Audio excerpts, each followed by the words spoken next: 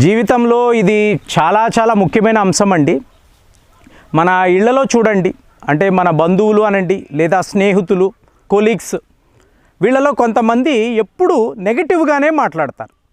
నేను జీవితంలో ఏది సాధించలేదు, I'm a very big failure, నేను ఆ పలానా రంగంలో వెళ్ళుంటే సక్సెస్ అయ్యేవాడిని, ఇక్కడ ఉన్నాను కాబట్టి ఫెయిల్ అయిపోయింది, ఇలాగా.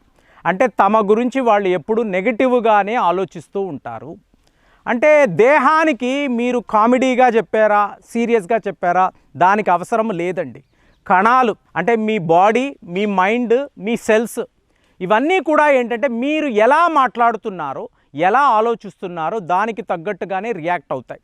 వీటినే పెప్టైడ్స్ ప్రోటీన్ అని కూడా అంటారు. అంటే 32 ట్రిలియన్ కణాలు ఉన్న ఈ దేహంలో మీరు ఐఆమ్ సిక్ అని అనుకున్నారు అనుకోండి, బాడీ అంతా కూడా ఏదో ఒక రోగముతో నిండిపోయి ఉంటుంది. అదే I'm very happy, I'm very healthy, నేను బాగున్నాను అనుకున్నారు అనుకోండి, దేహంలో ఉండే టాక్సిన్స్, చెడు ఆలోచనలు, నెగిటివిటీ అనేవి ఆటోమేటిక్గా వెళ్ళిపోతాయి.